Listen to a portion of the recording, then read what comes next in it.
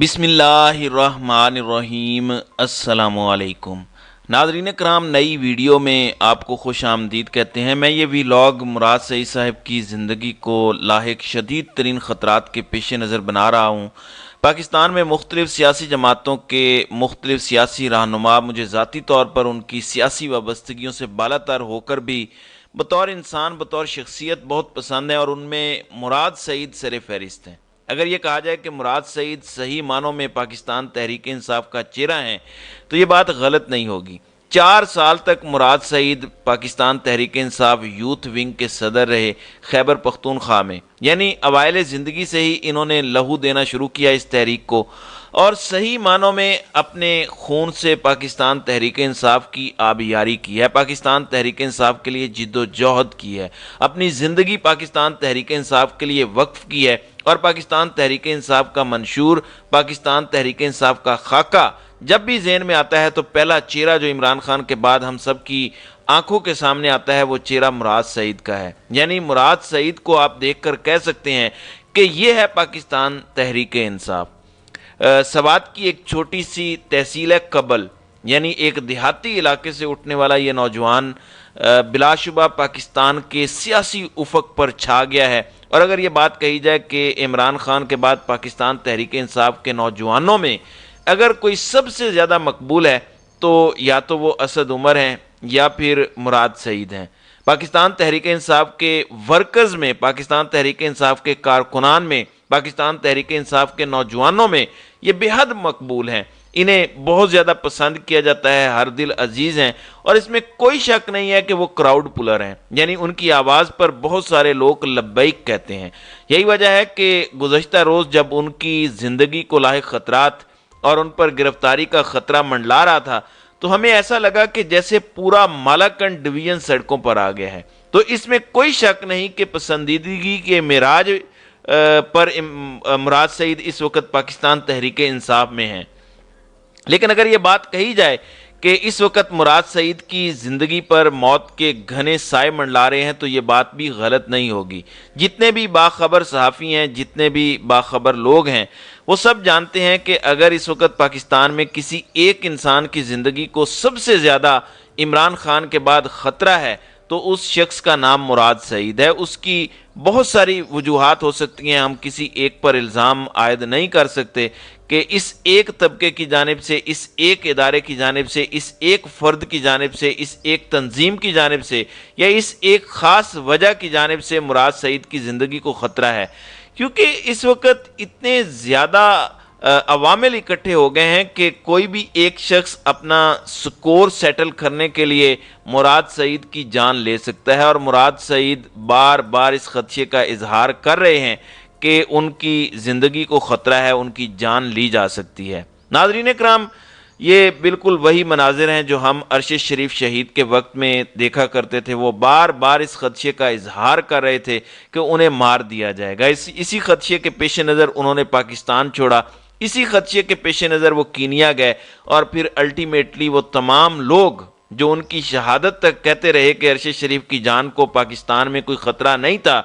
انہیں غلط ثابت کرنے کے لیے ارشد شریف کو مار کے دکھانا پڑا، انہیں بتانا پڑا شہید ہو کر کہ میں اپنی جان کے لیے جس خدشے کا اظہار کر رہا تھا وہ صحیح تھا۔ ہم نہیں چاہتے کہ ایک اور ارشد شریف کو اپنے خدشات کو درست ثابت کرنے کے لیے اپنی جان سے جانا پڑے، اس لیے مراد سعید کو طالبان کے حوالے سے بھی خطرات لاحق ہیں۔ ہم نے دیکھا کہ ایک آڈیو زیر گردش رہی جس سے اندازہ ہوتا ہے کہ ان کی زندگی کو شدید خطرات لاحق ہیں، اور پھر وہ سوات میں دہشت گردی کے حوالے سے جس طرح سے ووکل آواز ہیں، ایک بلند آواز ہیں، اس حوالے سے بھی ان کی زندگی کو بہت سارے خطرات لاحق ہیں، اور خاص طور پر قبل میں حالیہ دنوں ہونے والے دہشت گردی کے واقعات کے بعد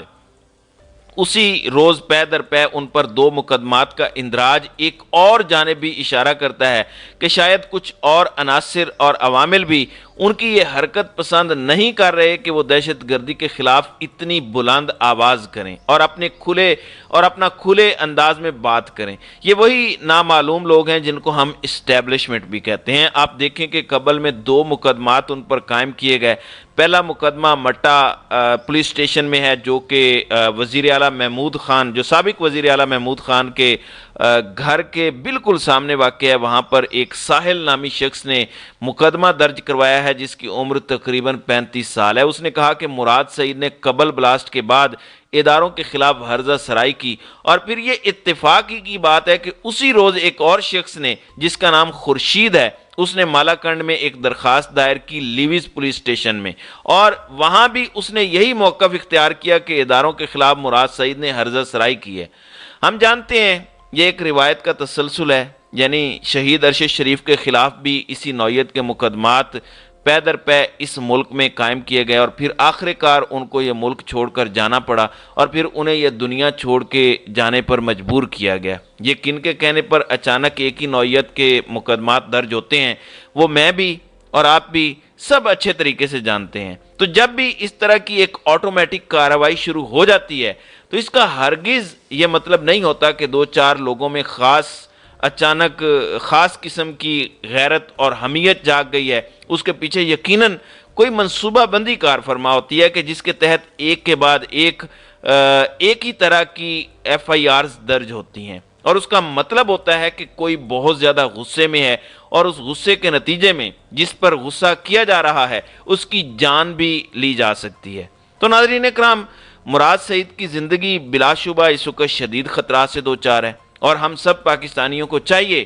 کہ ہمارا تعلق چاہے کسی سیاسی جماعت سے ہو، ہمارا تعلق چاہے کسی بھی نقطہ نظر سے ہو، ہم ایک نوجوان کی جان بچائیں، ایک نوجوان سیاسی ورکر کی جان کو بچانے کے لیے اپنے حصے کی آواز بلند کریں۔ ہم ایک اور ارشد شریف جیسی شہادت افورڈ نہیں کر سکتے۔ یہ ملک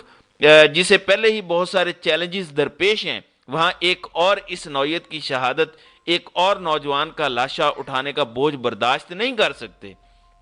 دعا ہے کہ اللہ تعالیٰ مراد سعید کی حفاظت کرے، پاکستان کے ہر سیاسی ورکر کو اپنی حفظ و امان میں رکھے۔ سیاسی اختلافات اپنی جگہ، بھرپور طریقے سے سیاسی اختلافات کریں، لیکن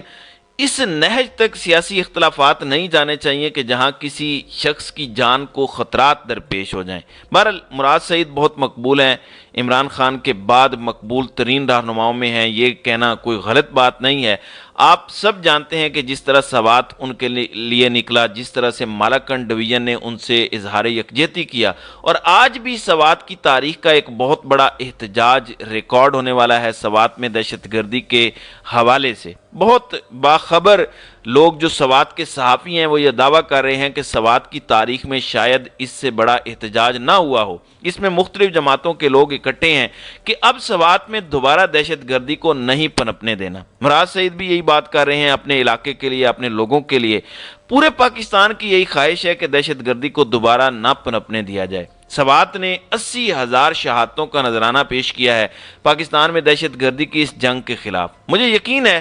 کہ ہم سب کے سب، چاہے وہ ادارے ہوں، چاہے وہ سیاسی جماعتیں ہوں، چاہے انفرادی طور پر، ہم سب لوگ پاکستان کا سوچیں، اور ہم میں سے کسی کا بھی سیاسی اختلاف یا نقطہ نظر کا اختلاف اس نہج تک نہ پہنچے جہاں کسی جوان کا لاشا اٹھائے جانے کی نوبت آئے۔ دوبارہ یہی دعا ہے کہ اللہ تعالیٰ اس ملک میں امن و سلامتی کا دورہ فرمائے۔ دہشت گردی کے جس عفریت کو ہم نے گزشتہ سالوں میں ختم کیا تھا، دوبارہ اس عفریت